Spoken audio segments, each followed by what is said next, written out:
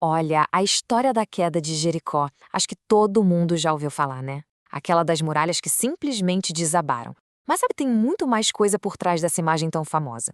É uma narrativa incrível sobre fé, sobre uma estratégia divina que não fazia o menor sentido e sobre obedecer mesmo quando tudo parece uma loucura. Então vamos mergulhar nisso para entender o que de fato aconteceu ali, bem na frente da cidade mais blindada de Canaã. E tudo começa com essa imagem aqui, de isolamento total. O texto bíblico faz questão de ser bem claro. Jericó não estava só com os portões fechados. Não, não. A cidade estava trancada a 7 chaves, com ferrolhos e barras. Dava para sentir o medo no ar, com a aproximação dos israelitas. E isso já monta todo o cenário para um confronto que parecia impossível. Pensa só, de um lado, um exército vindo do deserto, do outro, uma fortaleza que ninguém conseguia invadir.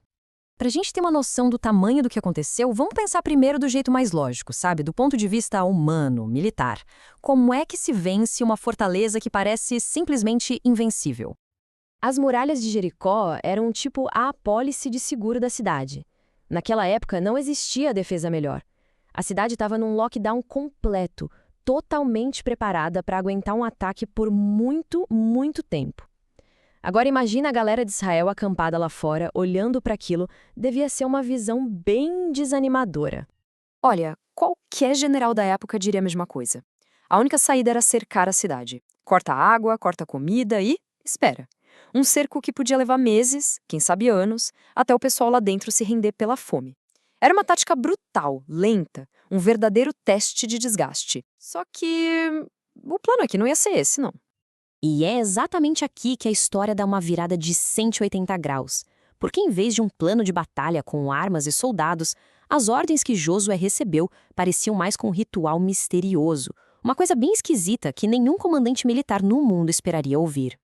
Agora, olha só que plano maluco. Não envolve arietes, catapultas, nada que se pareça com uma tática militar. É um ritual, uma procissão silenciosa por 6 dias e aí, no 7º dia, um clímax com trombetas e um grito de todo mundo junto. Dá para imaginar a disciplina que isso exigia? Marchar em silêncio absoluto dia após dia. Era, acima de tudo, um baita teste de obediência. E aí a gente entende o porquê, né? O ponto central era esse. O método era tão, mas tão estranho, que quando a vitória chegasse, ninguém ia poder bater no peito e dizer: nossa, a nossa estratégia foi genial. Os comentários bíblicos destacam justamente isso. Deus queria deixar bem claro para os israelitas que a vitória vinha do poder dele, não da força humana. A fé deles precisava estar 100% em Deus. Essa linha do tempo ajuda a gente a sentir a tensão aumentando, né? Tenta se colocar no lugar do pessoal de Jericó, lá de cima da muralha, vendo aquela marcha silenciosa todo santo dia. Que coisa bizarra, devia ser apavorante. E pro lado de Israel, era um exercício de pura paciência e fé. Porque passava um dia e nada, outro dia e nada. A confiança deles na ordem divina era testada a cada passo. E o propósito da espera era exatamente esse. Aquele silêncio todo não era à toa, era um espaço para pensar, para refletir. Essa demora forçava os israelitas a desenvolverem uma dependência total de Deus. Uma lição que, como diz aqui o comentário, muitas vezes a gente esquece quando não tem essa paciência de esperar Deus agir em silêncio. Bom, então depois de 6 dias dessa preparação silenciosa, ritualística, a tensão está no máximo. Chegamos ao 7º dia, o grande clímax da história. A cena deve ter sido de arrepiar. Imagina só, o silêncio de uma semana inteira quebrado. Primeiro pelo som das 7 trombetas e logo depois pelo grito de uma nação inteira, todo mundo junto. A obediência foi mantida até o último segundo, até a ordem de Josué. Gritem! O Senhor lhes entregou a cidade. E aí, o inacreditável acontece. As muralhas não foram derrubadas por força física, elas simplesmente ruíram. O texto sugere que elas caíram sobre si mesmas, sabe? Abrindo um caminho reto para que cada guerreiro entrasse na cidade a partir de onde ele já estava. A promessa foi cumprida de um jeito espetacular.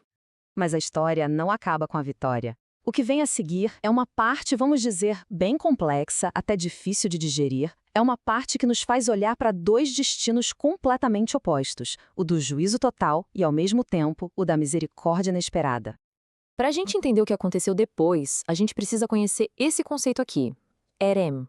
Jericó não foi simplesmente conquistada, como numa guerra comum. Ela foi consagrada para destruição. Isso quer dizer que tudo que estava na cidade, pessoas, animais, objetos, foi dedicado a Deus através da sua eliminação. A única exceção foram os metais preciosos que foram para o tesouro do santuário. E os comentários teológicos explicam essa destruição total não como um ato de crueldade humana, mas como a execução de um juízo divino. Segundo as fontes, os cananeus tiveram séculos de oportunidade, mas a cultura deles tinha se tornado irremediavelmente corrupta. A proibição de pegar qualquer tesouro reforça a ideia de que não se tratava de uma pilhagem, mas de um ato religioso. E essa comparação aqui é fantástica para ilustrar os dois lados da história. No meio do juízo total, um ato de misericórdia. A cidade inteira, que confiava nas suas muralhas de pedra, é destruída. Enquanto isso, uma única família que confiou num simples cordão vermelho na janela é salva. É um contraste muito poderoso entre a falha da segurança humana e a proteção que vem da fé. E é importante lembrar, Raabe era uma cananeia, uma estrangeira. A salvação dela demonstra um princípio fundamental. A proteção de Deus estava disponível para qualquer um que, como ela, reconhecesse a autoridade dele e agisse com fé. Tanto que ela e sua família foram integradas ao povo de Israel, mostrando que a aliança estava aberta a todos que crescem. Então, tá, a poeira baixou e as muralhas viraram ruínas. Quais são as lições duradouras que essa história antiga nos deixou? Josué pronuncia uma maldição solene, e não por raiva, mas para que servisse de memorial. A intenção era que as ruínas de Jericó ficassem ali, como um testemunho silencioso do poder de Deus e das consequências da rebelião. E o mais impressionante é que, séculos depois, quando um homem chamado Hiel desafiou a maldição e reconstruiu a cidade, a profecia se cumpriu tragicamente. Resumindo, a narrativa de Jericó nos deixa com estes pontos bem fortes. Ela nos mostra que obstáculos que parecem intransponíveis podem sim ser superados, que a verdadeira preparação para qualquer desafio começa com a gente se rendendo a uma autoridade maior, e que a obediência, mesmo quando o plano não faz o menor sentido, é a chave para que a fé se apoie no poder divino e não na nossa própria sabedoria. A vitória, no fim das contas, é garantida por Ele. E no final, a história nos deixa com essa pergunta para reflexão. Diante das nossas próprias muralhas, o relato de Jericó nos desafia a pensar sobre como a fé e a obediência, mesmo que pareçam radicais, podem transformar o que parece impossível.